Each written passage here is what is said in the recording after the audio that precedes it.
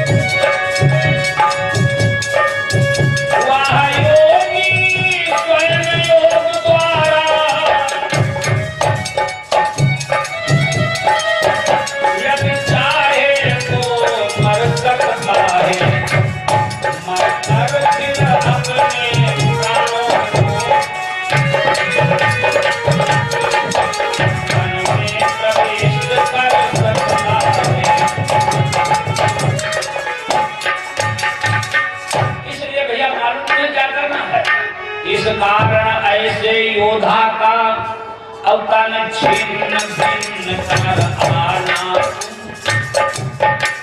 नहीं तो भुजा को काट कर फेंका, धड़ को काट कर फेंका, सबको रामा दल में ये करने की आवश्यकता नहीं थी। राम जानते हैं अगर कोई ग्रह बना रहा तो फिर जिंदा हो जाएगा। इस कारण ऐसे योद्धा का तन छिन्न भिन्न कर आना।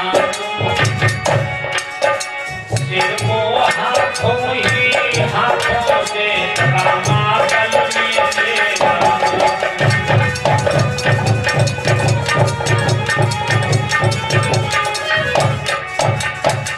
बोले भैया इसी क्या बात से तो हाथों पे क्यों लाए? राम ने कहा आपको पता नहीं, ऐसे योद्धा का हे लक्ष्मण अवसर अगर भूमि पर आएगा।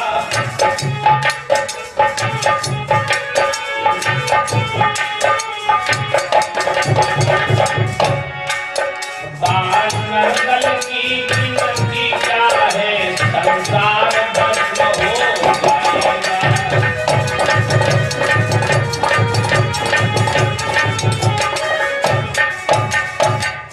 तो बंधु बड़ा अच्छी आपको बात बता रहा था, ये ताकत अष्टांगी योगी में होती है। कथा बाबा जी भाई कहाँ चल रही थी हमें बताएंगे आप? कथा चल रही थी तोते का बच्चा बन गया अष्टांगी योगी, यही बात तो बता रहा था। हम कभी कभी भूल जाते हैं, इसलिए सुनने वाले से पूछ लेते, बड़े ध्यान से सुनना। हाँ, आज तो होता क्या है, पार्वती कथा सुनते सुनते तुरीय अवस्था को प्राप्त हो गई। मनुष्य की अवस्थाएं होती चार, जागृत, स्वप्न, सुषुप्त और तुरीय। अगर तुरीय अवस्था का विभु ब्रह्म है, बहुत बढ़िया है, लेकिन ये हमेशा बनी रहे तो ज्यादा अच्छी बात है। रहती नहीं, एक क्षणिक होती है, पूर्ण होती है। जब तक पूर्ण नहीं है तब तक क्षणिक में कोई बात नहीं है। देखो तुरीय अवस्था में आनंद भी एक क्षणिक होता है, पूर्ण होता है। जैसे विषय का आनंद क्षणिक है और ब्रह्म पर का आनंद पूर्ण है। बोलो राधे राधे। आप कहेंगे क्या ऐसा लेख है? हाँ, लेख न होता तो नहीं, हर चीज का बिना लिखा पढ़ेगी तो प्रेम सागर की बातें नहीं मिलेगी। बोलो राधे राधे। आप कहेंगे क्यों? अब विषय का आनंद जिस समय राजा दशरथ ने अपने यहाँ सुना कि हमारे यहाँ 4 पुत्रों का जन्म हुआ, विषय जन्म आनंद, तो दशरथ पुत्र जन्म सुनि काना, अब मानहु ब्रह्मानंद समाना। मानहु यथार्थ में नहीं हुए, मानहु ब्रह्मानंद समाना। अब थोड़ी देर के बाद परमानंद पूरी मन राजा, अब कहा बुलाई बजा बहु बाजा। अब थोड़ी देर में जैसे थे वैसे हो गए। बोलो राधे राधे।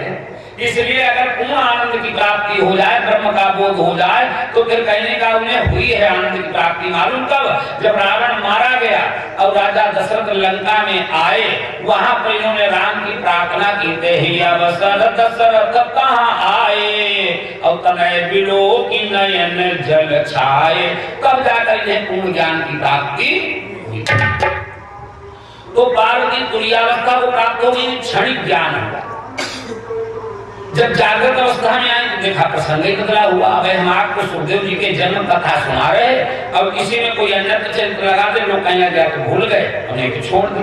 बोले महाराज आप कहाँ कथा कह रहे, इसके पहले कहाँ कह रहे? भोलेनाथ ने कहा बीच कथा तुमने नहीं सुन पाई? बोले ना। कहा तो जवाब कौन देता रहा? बोले महाराज मुझे नहीं मालूम। भोलेनाथ ने कहा मालूम पड़ता किसी पाकी पाखंडी में अगर कथा का श्रवण कर लिया। अब छोटे भैया जवाब मालूम कौन देता रहा? तोते का बच्चा, तोते का बच्चा। अब भोलेनाथ ने त्रिशूल पर हाथ फेरा और कहा जा बेटा जिस दुष्ट ने अमर कथा का श्रवण किया उसका सिर धड़ से अलग कर दे। अब विचार करो जो अमर कथा सुन चुका है क्या वो मरने वाला रह गया? प्यारे वो तो अमर हो चुका। कपिल भाई सारी त्रिलोकी में भागा, शंकर जी का त्रिशूल अमोघ है। शंकर जी का त्रिशूल ऐसा कि बिना मारे छोड़ नहीं सकता। अब तोते का बच्चा अमर कथा सुन चुका है इसलिए ये मर नहीं सकता। बोलो राधे राधे। सारी त्रिलोकी में भागा, कहीं जगह नहीं मिली। मृत्युलोक में आया, व्यास ऋषि की पत्नी का नाम था तारा। छत पर खड़ी हुई अपने बालों को सुखा रही थी, अचानक इसे जम्भाई आई। इसीलिए माताओं बहनों को खुले मैदान में स्नान करना, केश सुखाना ये सब वर्जित किए गए हैं। इसने सूक्ष्म रूप बनाया और तारा के मुंह में ही प्रविष्ट हो गया। अब तो शंकर जी का त्रिशूल वापस हो गया। क्यों? भोलेनाथ ने तो एक तोता को मारने के लिए आदेश दिया था, न किसी औरत को। इधर व्यास को जब पता चला हमारी स्त्री गर्भवती है, व्यास जी बड़े प्रसन्न हुए। गर्भस्राव 9 महीने में होता, वहां 9 महीने 10 महीने साल 2 साल 10 साल हो गए, यहाँ तक 12 वर्ष व्यतीत हो गए, न बच्चा अब पैदा हो रहा न तब। एक दिन हाथ में दंड कमंडलू लिया, जाकर पहुंचे, कहा ऐसा कौन दुष्ट है जो अपनी माता को इतना कष्ट देता, इसके उधर से बाहर नहीं आता। अंदर तो अष्टांग योगी बैठा हुआ है। सुखदेव जी ने माता के उदर से ही जवाब दिया, पिताजी यद्यपि यहाँ पर सबसे ज्यादा रौरव नरक है, लेकिन जो पंचभूत की माया वो मुझे यहाँ नहीं छू पा रही है। माया का नाम तो सबने सुना होगा। माया के 5 अंग होते हैं, मालूम कौन कौन से? राग, द्वेष, विरह, मिलन, उद्गार नाम माया, ये पंचभूत की माया है, वो मुझे यहाँ नहीं छू पा रही। मैं जिस समय पृथ्वी पर आऊंगा आप हमसे पुत्र कहेंगे, हमारे गले में एक फांसी का फंदा पड़ जाएगा। तिवारी माया यही तो है, मैं तन मोर तोरिया माया, ये हमारा है, ये हमने किया, ये हम कर रहे हैं, ये हम करेंगे, यही तो माया है। और ये तेरा है, ये तूने ऐसा किया, वो तूने खराब किया, मैं ये सब माया है। जो राधे राधे। अब यहाँ पर एक और छोटी सी शंका समाधान करते चले। बहुत से भक्त सोच रहे होंगे महाराज की ये बात कुछ जमी नहीं, पेट के अंदर बैठा हुआ बालक क्या बाहर वाले से बातचीत कर सकता है? डॉक्टर साहब ज्यादातर लोग कह दिया करते महाराज जो भी आकर सीखता है वो सब पृथ्वी पर ही सीखते, महतारी के पेट से कौनो सीखा सिखाया थोड़े ना आता है।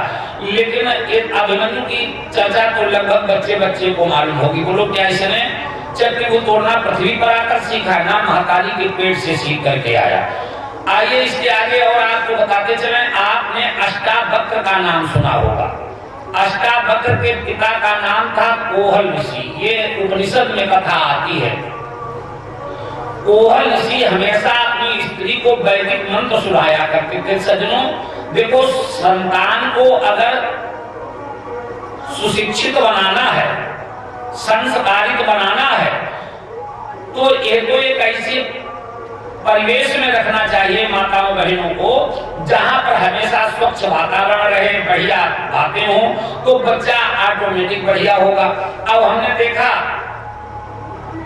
गर्भावस्था में है, फिर चल रही सुल्ताना डाकू। अब लड़का पैदा हुआ, पैदा होते का पिस्टल का बोलो टटोलने लगा।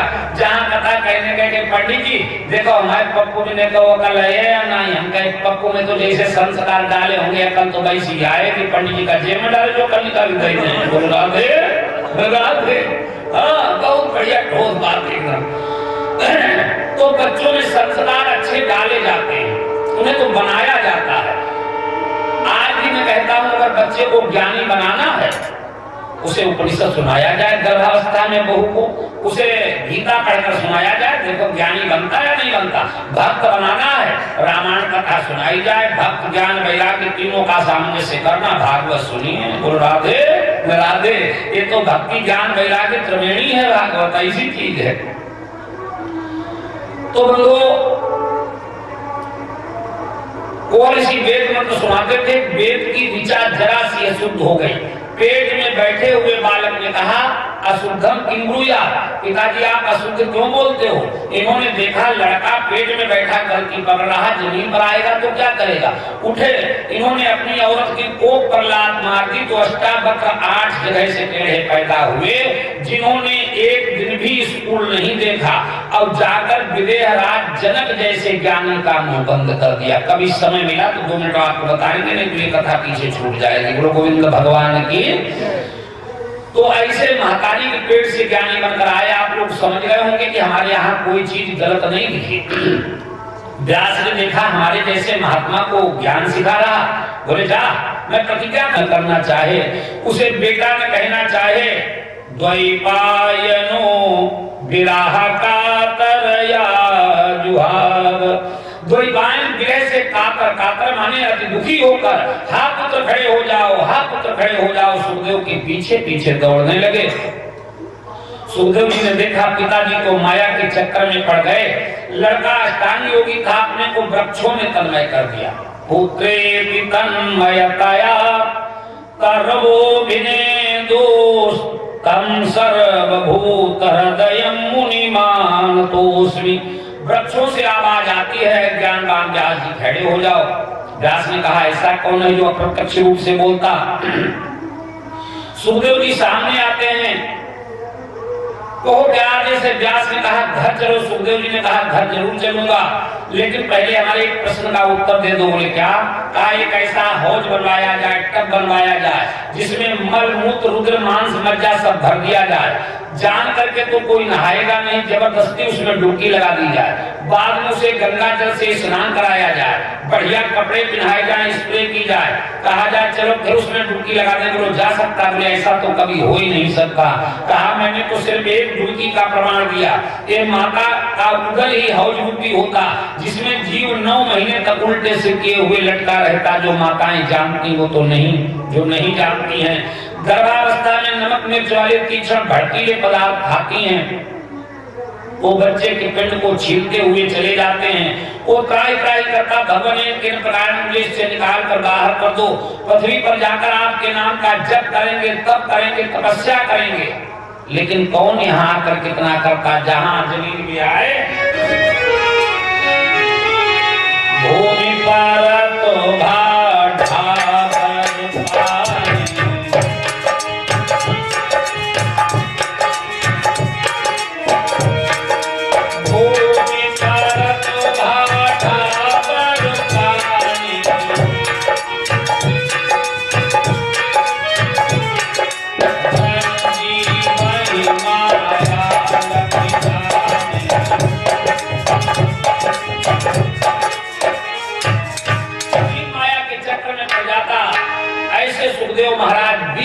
सुखदेव महाराज को हम सब लोग नमस्कार करते हैं। बोलिए सुखदेव भगवान की। व्यास ने देखा लड़का तो हमसे ज्यादा ज्ञानी, बोले बेटा जाओ तुम्हारी तपस्या पूर्ण हो। सुखदेव जी चलते हैं। एक समय की बात है, एकदा ही विशालायाम चत्वारो ऋषियो मलः सत्संगार्थम समायात सुस्तनार्दम। दादाजी किसी कथा को सुनने के लिए 3 बातें जानना बहुत आवश्यक है। पहली बात, किस जगह की बात चल रही है। दूसरी बात, कौन पूछ रहा है। और तीसरी बात, कौन बता रहा। बस चौथी बात नहीं पूछेंगे, 7 दिन में 3 बातों के अंदर आपसे पूछेंगे। बड़े ध्यान से सुनिए। एकदा ही विशालायाम चत्वारो ऋषियो मलः, जिसे आजकल हम बद्रिका आश्रम कहते हैं, वह पहले विशालापुरी नगरी बोली जाती थी। वहां पर ब्रह्मा के 4 मानसिक पुत्र सनक, सनंदन, सनातन और सनत कुमार, ये भगवान नारायण के दर्शन करने जाते हैं। देखा दूर से बाबा नारद चलते चले आ रहे हैं। जो सनकादिक ऋषियों ने देखा, बोले कथम ब्रह्मं दीन मुखा कुतश्चिंता करो भगवान। महात्मा जी आज आपका मुखमंडल उदास क्यों है? आप चिंतातुर क्यों हैं? इदानी शून्य चित्तोसी गतवित्तो यथा जनः। इस समय आप ऐसे शून्य चित्ता नजर आ रहे हैं जैसे गतवित्तो यथा जनः, किसी व्यक्ति का बहुत बड़ा धन का खजाना लूट गया हो।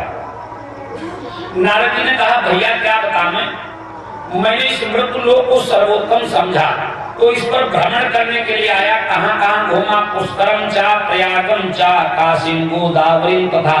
मैं पुष्कर गया, प्रयाग गया, काशी, गोदावरी, हरिक्षेत्र, कुरुक्षेत्र, श्वेतगंग, रामेश्वरम आदि आदि स्थानों पर घूमता रहा।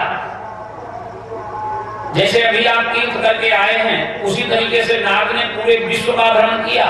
बोले तो सब तीर्थ स्थल हैं? बोले हाँ हैं, लेकिन हमारे मन को शांति कहीं नहीं मिली। बोले भाई शांति क्यों नहीं मिली? बताया कलिना धर्म मित्रेणा धरेयं बाधिताधुना। हर जगह कलिकाल में अपना असर जमा रखा है। सत्यम नास्तपा शौचम दया दानम न विद्यते। न कहीं पर सत्य है, न तपस्या है, न दया है, न दान है। उदरम भरणो जीवा बराका कूट भाषण। मनुष्य केवल पेट भरने के लिए जिद्दा रहता है। महात्माओं को भी नहीं छोड़ा। पाखंड में कहा संतो, महात्मा पाखंडी होते जाते। नाव त्यागी जी, बैंक बैलेंस 50 लाख रुपया, पैसा हाथ से नहीं छूटते, झोला लटकाए रहते, जामे डाल दे। बोलो राधे राधे। पाखंड मिलता संतो, महात्मा पाखंडी होते जाते। विरक्ता सा परिग्रह गृहस्थ विरक्त होते जाते। तरुणी प्रभुता गे, घर में मलिकापन मालूम किसका हो गया? तरुणी का। पप्पू के पापा बुलाए पप्पू की मम्मी को। जैसे तिवारी जी का घर घर कार्ड्स वगैरह बुलावा उलावा जो भी चलता हो यहाँ पहुंच गया होगा, उस पर भी लोग घरवाली से पूछेंगे कि भाई कपिल भाई के यहाँ भागवत हो रही का सुना मैं। उन्होंने कह दिया चले जाओ तो चले आएंगे, झेड़ दिया नहीं जाओगे तो राधे राधे, मजाल घर से बाहर निकल जाओ। वैसे कह मुसाफिर खाना में तो ऐसे कम होंगे। ये बात नारद जी बता रहे। किसे बता रहे? सनकादि ऋषियों को। कहाँ बता रहे? बद्री का आश्रम है। ब्राह्मणों को भी नहीं छोड़ा। बोले ब्राह्मण वेद शून्य होते जा रहे हैं। विप्रेर भागवती वार्ता गेहे गेहे जने जने। आज कथा का फल क्यों नहीं मिलता है? ब्राह्मण बगल में पोथी दबाए गांव गांव घूम रहे, कथा करवाए लो। कथा सारस ततो गता, कथा सारस ततो गता, इसलिए तो कथा का सार चला गया। बड़ा ही ज्ञानी बनते हैं। पुत्रोत्पादने दक्षा अदक्षा मुक्ति साधने हैं। विषयानंद में बड़ा दक्ष है और मुक्ति साधन में अदक्ष है। बोलो गोविंद भगवान की। तो बताया इस प्रकार एवं पश्चिम करे दोषान। माताओं बहनों की तरफ भी नजर डाली कि औरतों का केवल श्रृंगार रह गया, बाल कटवा दिए। बोलो राधे राधे। हाँ ये उनको भी नहीं छोड़ा। तो इस तरीके से बताया कलिकाल के दोषों को देखता हुआ मैं यमुना के किनारे पहुंचा, जहां पर वंशार्पण से कुलभूषण यादवेंद्र सरकार ने अनेकानेक लीलाएं की हैं। वहां मैंने बड़ा विलक्षण दृश्य देखा। एक जवान स्त्री बैठी हुई आंसू बहा रही थी। जो उसने मुझे दूर से देखा, बोले भो भो साधु क्षण किष्ट मत चिंता मत विनाश है। भो भो साधु क्षण किष्ट, हे महात्मा जरा देर के लिए ठहर जाओ। आपके दर्शन से हमें शांति मिली और हमारी भी चिंता दूर कर दीजिए। मत चिंता मत विनाश है, अविनाश है, अभिमानी भी हमारी भी चिंता दूर कर दे। देखो अजय कुमार जी जैसे हम कहते हैं तिवारी हमारा भी ये काम कर लेना, तो इसका मतलब आप वो काम करना जानते हैं। तभी तो कहा गया भी शब्द इसीलिए लगा है कि हमारा भी ऐसा काम करना, हमारी भी चिंता दूर करते जाइए। संत लोग जो हैं दूसरों की चिंता को ही दूर करते हैं, लेकिन हम लोग तो घर में रहते नहीं, अक्सर करके माताएं बहनें रह जाती हैं। संत महात्मा कोई आया तो अपमानित होकर लौट जाता। एक सेठ जी थे, वो अपनी दुकान में चले गए, जैसे अजय बाबू चले जाते 9-10 बजे। सेठानी दरवाजे पर बैठी हुई थी। एक संत आया, उसने कहा भो माता भिक्षाम दे, हे माई मुझे भिक्षा दे। सो सेठानी ने एकदम झड़क के कहा सुबह सुबह से आ गए, इतने हट्टे कट्टे घूमते, ये मालूम पड़ता कमा के रख गए थे। सेठ जी की बहू निकली अब बोली महात्मा जी आप कोई दूसरा दरवाजा देख लें, यहाँ सब बासी खाते हैं, यहाँ सब बासी खाते हैं। बोलो राधे राधे। दुकरिया और झुलस गई, बोले देखो सुबह देसी घी के परांठे पूरी बनाकर बच्चों को खिलाती, टिफिन लगाकर स्कूल भेज दी और उसके बाद 4-6 अपना खा लेती और कहती यहाँ सब बासी खाते, महात्मा पूरे मोहल्ले में जाकर बदनामी करेगा। संत बड़ा समझदार था, उसने कहा बेटा ये बताओ तुम्हारी उम्र कितनी है? बहू कहने लगी महाराज 12 वर्ष की बाल हूं मैं। हमारी उम्र 12 साल की है, 12 साल की हो। दुकरिया के गुस्सा का ठिकाना नहीं रहा, बोलो 30-32 साल हो गए, 3-4 लड़का बच्चा जा रहे, 12 साल की उम्र नहीं। और संत ने कहा तुम्हारे पति देवता?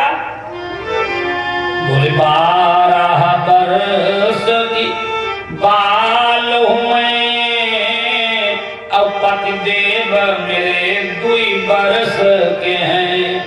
हमारे पति देवता 2 साल के हैं, 2 साल। अब बोले तुम्हारे ससुर? कहा ससुर अब कल परसों पैदा भाई। अब बोले सास? कई सास का भाई जन्म ही नहीं हुआ। सो एकदम सेठानी ने सेठ जी को फोन किया, जल्दी आओ तुम्हारी बहू का दिमाग खराब हो गया। सेठ जी गाड़ी से आते हैं। संत ने सोचा अगर मैं चला गया तो ये बहू की पिटाई लगवाएगी, संत ठहर जाता है। सेठ जी आए, बोले क्या बात है? बोले देखो ये थका पता नहीं कहां से आ गया, सुबह से किसने भिक्षा मांगी, मैंने कह दिया सुबह से आ गए हो, कमा के रख गए। और तुम्हारी बहू ने बिल्कुल नाक कटा दी। बोले महाराज आप दूसरा दरवाजा देखें, यहाँ सब बासी खाते हैं। बोलो कौन दिन इसने बासी खाई? पूछो। संत आगे बढ़ा, बोला सेठ जी मैं तुम्हें बता रहा हूं, भोग 3 प्रकार का होता है तिवारी जी, प्रारब्ध, संचित और प्रियमाणु। प्रारब्ध, संचित और प्रियमाणु। भाई प्रारब्ध भोग जो हम करके आए हैं, पूर्व जन्म के कर्मों से नरदेही प्राणी पाता है, उसकी बदौलत तो हमें ये जीवन मिला है। आयु, विद्या, कर्मंच जन्म मृत्युमेव चाह। आयु, विद्या, जन्म, कर्म, ये सब जिस दिन बच्चा पैदा होता है उस दिन लेकर के आता है। भैया कौन ऐसा है जो ये न चाहे कि हमारा लड़का क्लास 1 अधिकारी बने? भैया नंद किशोर जी हर कोई चाहेगा, लेकिन हम नहीं कर पाते। कौन ये नहीं चाहता हमारा लड़का सदाचारी, शिष्टाचारी, प्रहलाद और ध्रुव जैसा न बने? सभी चाहते, लेकिन ये सारी चीजें संस्कारित होती हैं। लड़का महतारी के पेट से लेकर के आता, तो पूर्व जन्म के कर्मों से नरदेही प्राणी पाता है। उसके बाद में अब यहाँ कुछ करने वाला नया कोई नहीं है। यहाँ हमारा सब बासी खाते हैं, जो कराए उसी की बदौलत चल रहा है। सेठ जी की आंखें खुली की खुली रह गई, बहुत तुम्हारी बात कही में होशियार है। बोले फिर ये क्यों कहती हमारी उम्र 12 साल? बोले उम्र को नहीं जोड़ी जाती जो खेलने खाने में गवा दी, प्यारे उम्र तो वो जोड़ी जाती है जिस दिन से आप सत्संग में लग गए, समझ लेना उसी दिन से आपका एक नया जन्म हो गया। बोलो गोविंद भगवान की। तो 12 साल से आपकी बहू सत्संग में आई, इसलिए कह रही हमारी उम्र 12 साल। बोले बात तो सही है। और जब बहू ने खूब प्रयास किया तो 2 साल से सेठ जी द्वारा लड़का भी पूजा पाठ करने लगा। बोले हाँ 2 साल से लड़का भी करने लगा। और जब लड़का और बहू खूब पूजा पाठ करने लगे तो शायद महीना 15 दिन से आप भी करने लगे होंगे। बोले ना ना महीना 15 कल ही परसों से आरती में हम भी खड़े हो जाते। बोले वही तो तुम्हारी बहू कह रही है कि हमारे ससुर अब कल परसों पैदा भाई हैं। और सेठानी अभी पास में भी नहीं आती होंगी। बोले ना, कहा इसीलिए कह रही कि हमारी सास का जन्म ही नहीं हुआ। सेठ जी ने अपनी बहू को हृदय से लगाया। ऐसी बहुएं अगर हमारे आपके सबके यहाँ हो जाए तो घर स्वर्ग हो जाए, घर स्वर्ग हो जाए। तो भक्ति ने कहा मत चिंता मत विनाशय नारद, हमारी भी चिंता दूर कर दो। नारद पास में पहुंचे, बोले काश तुम, अरे देवी तुम कौन हो? और जो तुम्हारे पास वृद्ध पुरुष लेटे हुए तुम्हारे कौन है? उसने कहा मैं साधारण नारी नहीं हूँ जो आप कोई साधारण समझते हो। अहम भक्ति विख्याता और हमारा नाम भक्ति है और ये हमारे दोनों बालक ज्ञान और वैराग्य हैं। नारद जी ने कहा बड़े आश्चर्य की बात, महतारी जवान और लड़का बुढ़े, महतारी जवान और लड़का बुढ़े, कैसी उल्टी रीति है? भक्ति ने कहा इसका कुछ प्यारे कारण है। बोले कारण क्या है? भागवतें आप खुद सुन के चले आए, लगभग ज्यादातर लोगों को मालूम भी होगा। भक्ति पैदा कहाँ हुई है? भक्ति ने कहा उत्पन्ना द्राविणेशा हम। अब एक बार हमारे एक शिष्य ने हमारे पास फोन किया, बोले गुरु जी हमसे किसी ने पूछ दिया भक्ति कहाँ पैदा हुई, कहाँ जवान हुई, कहाँ बुद्धि हुई, कहाँ फिर से जवान हुई। बताया उत्पन्ना द्राविणेशा हम, हमारी उत्पत्ति द्रविड़ देश में हुई। भक्ति कहाँ से पैदा हुई? द्रविड़ देश से। और वृद्धि कर्नाटके का, कर्नाटक में बड़ी हुई, जवान हुई। गुजरात प्रांतों में आकर जीर्ण शीर्ण बुढ़ापा आ गया, लेकिन वृंदावन पुनः प्राप्त नवीने वस्तुरूपिणी, वृंदावन को प्राप्त करके हमको जवान हो गई, लेकिन हमारे बालकों का यहाँ भी कोई पूछने वाला नहीं है। इसका कारण है डॉक्टर साहब की वृंदावन में भक्ति तो नाचती है। व्यासी ने लिखा, मैं थोड़ी नहीं कह रहा नाचती, ना लिखा धन्यम वृंदावन तेन भक्ति नृत्यति यत्र सः, भक्ति नृत्यति यत्र सः। उस वृंदावन को धन्य है जहाँ पर भक्ति आज भी नाचती है। लेकिन प्यारे ज्ञान वैराग्य की कमी है, ज्ञान वैराग्य की कमी है। तो कहा वृंदावन को प्राप्त करके हमको जवान हो गई। आइए एक झलक आपको वृंदावन की दिखाते चले। हमारे डॉक्टर साहब को अभी घुमाए हैं, बहुत से ऐसे बैठे होंगे जिन्होंने अभी देखा ही नहीं होगा वृंदावन। और जब आपको मुसाफिर खाना में मालूम पड़ने लग जाए कि हम कन्हैया के दर्शन कर रहे तब। वृंदावन धाम यपार जपे जा राधे राधे तेरी वृंदावन।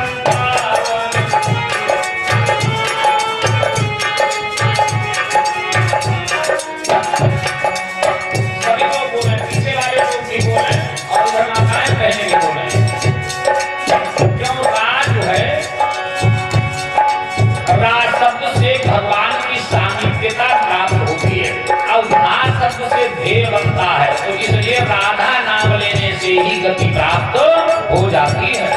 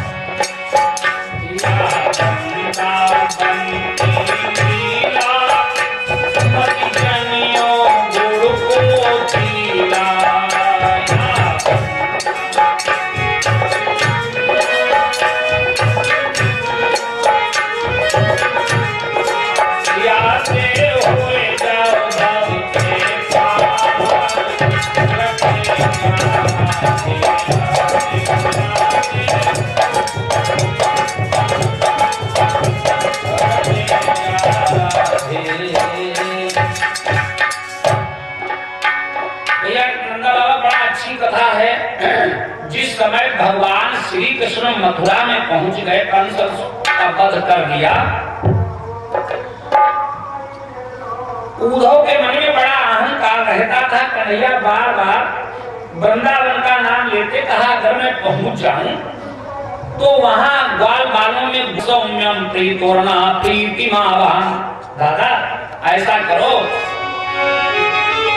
दादाजी वृंदावन जाओ अब मेरा संवाद सुनाने को।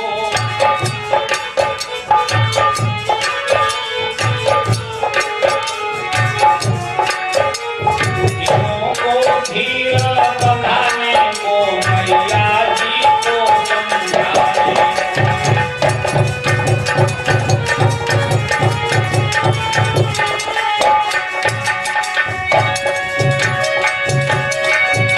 उन प्यार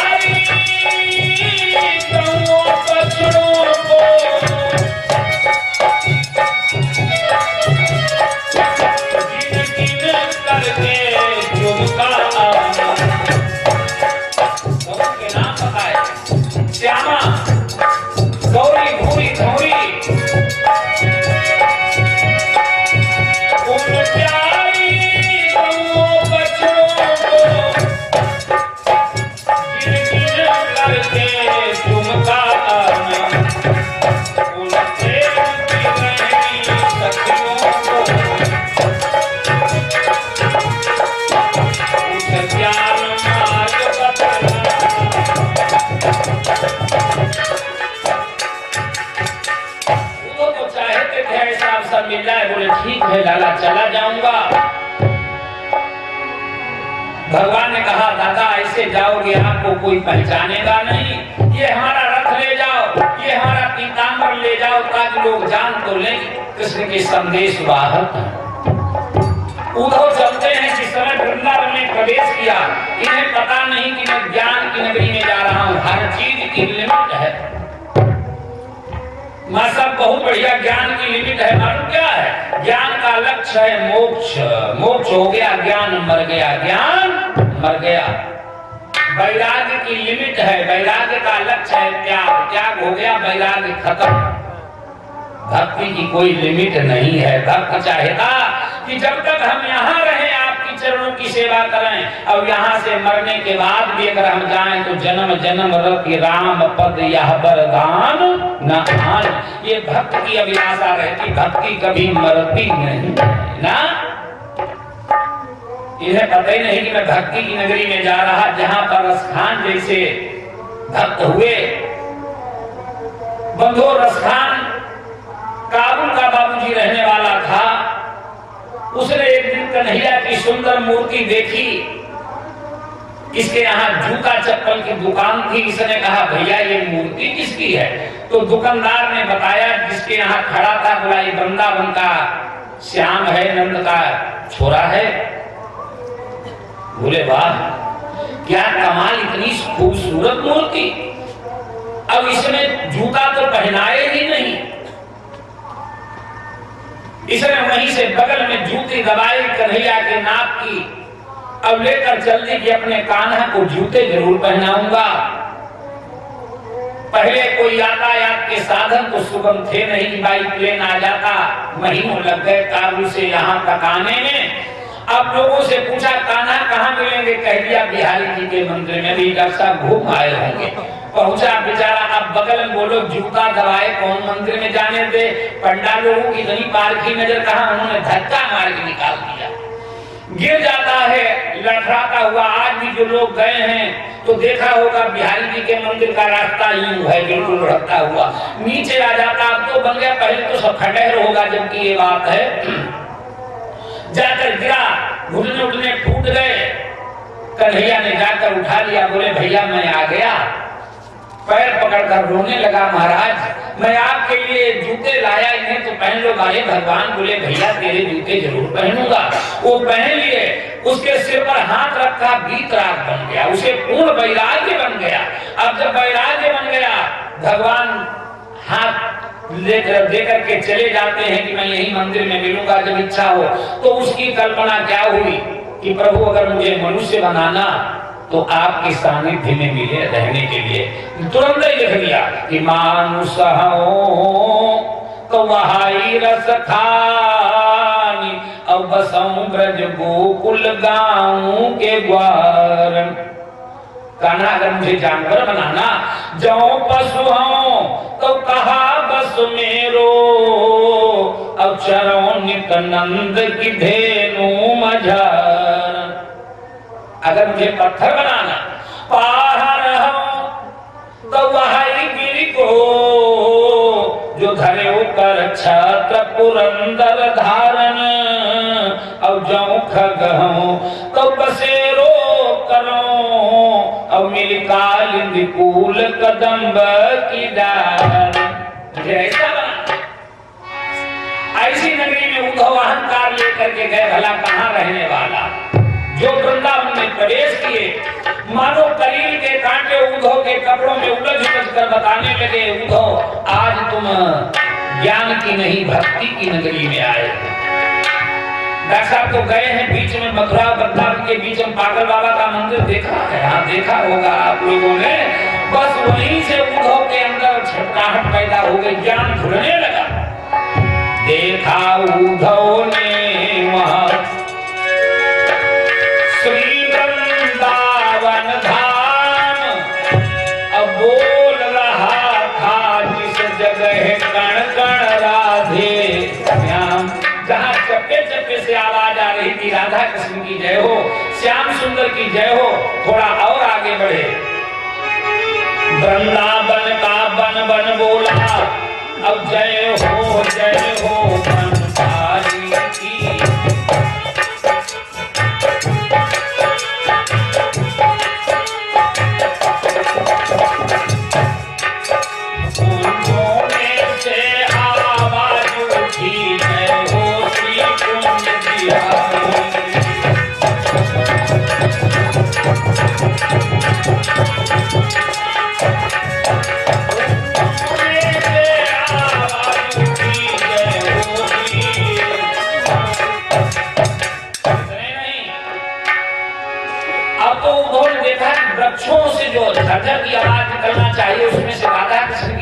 नमस्कार वैसे शब्द करने लगे और आगे बढ़े, चक्कर में पड़े।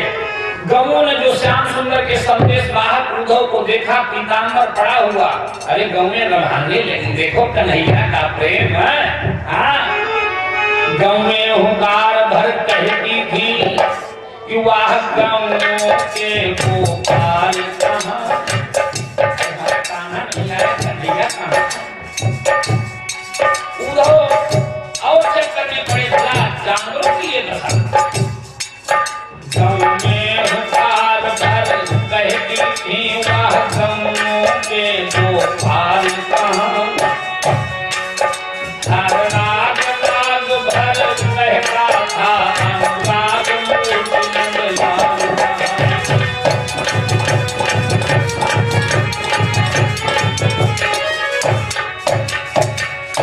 अरे वो तो सब कन्हैया के नाम के दीवाने हो चुके थे, उन्हें पता ही नहीं था। गोपियां अगर रोती हैं तो उनके रोने में छंद बन जाता है, कनक मंजरी छंद।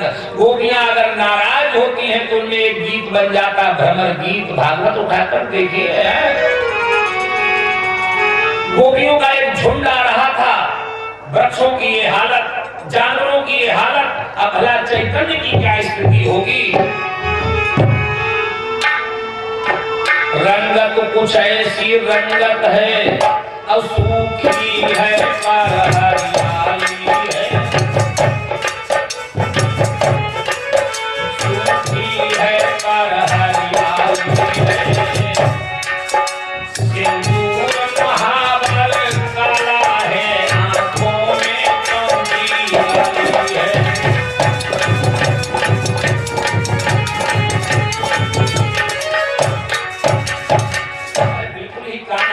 वियोग में पगलिया गई, पागल बन गई।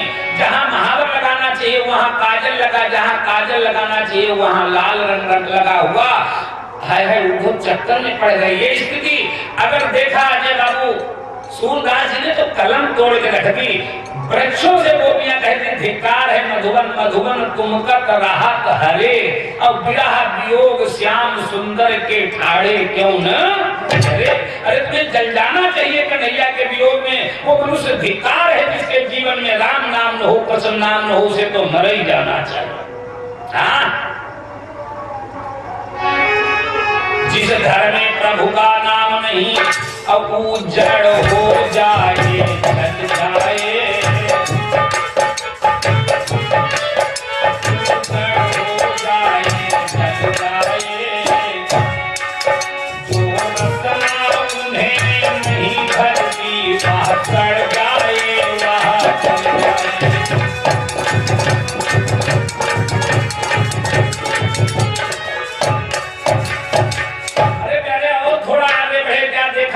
गोपी ने घड़े को कुएं में फंसा रखा, तो उसे यही पता नहीं है कि घड़ा खींचना या नहीं खींचना। किसी ने सिर पर घड़े को रख लिया तो उसे ये एहसास हो रहा नहीं हो रहा कि पता नहीं भाई सिर पे कोई वजन रखा या नहीं। अगर कन्हैया की चर्चा चलने लगी, भौरा कोई आया तो उसे कहते अरे भमर चला जा, उद्धव कार्य सबे बुरे, दुनिया में कार्य को अच्छे। कोई घट धरे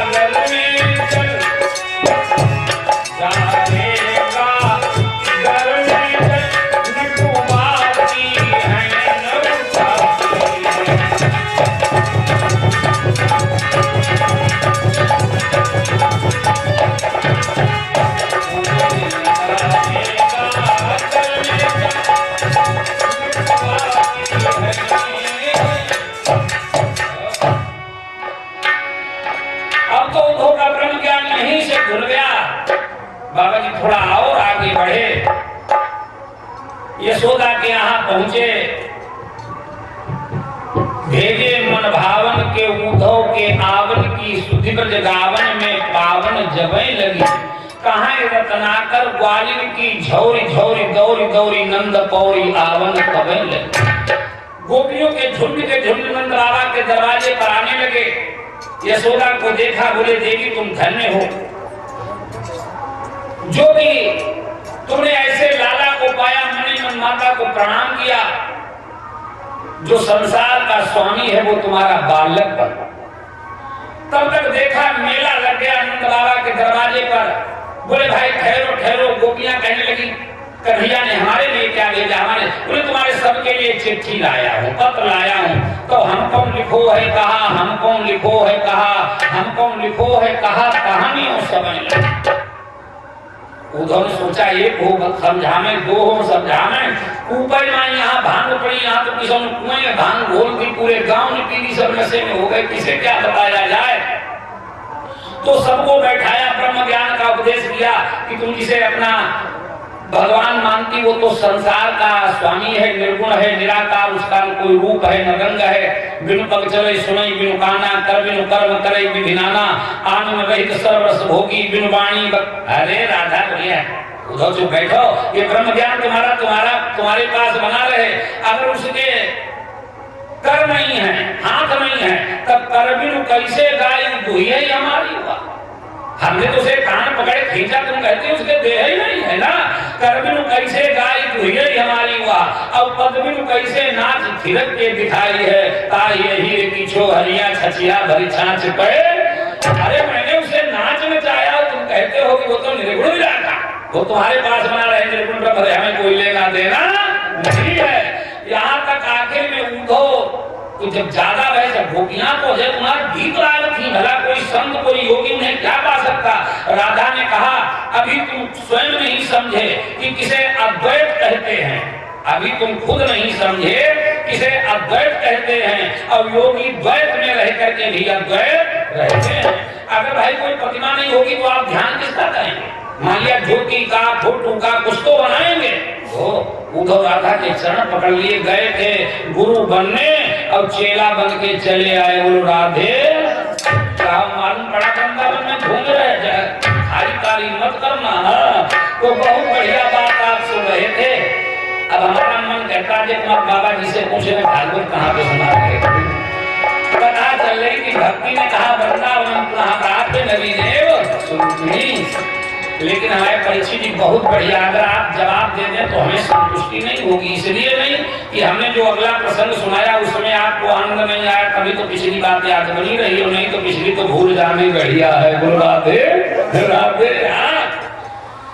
अरे भगत लोग तो सब भाई मुसाफिर कहना कि बहुत अच्छे हैं। तो बंधुओं जहाँ पर बात चल रही, नारद जी ने कहा देवी चिंता मत करो, मैं तुम्हारे बालकों को चेतनावस्था में लाने का प्रयास करता हूँ।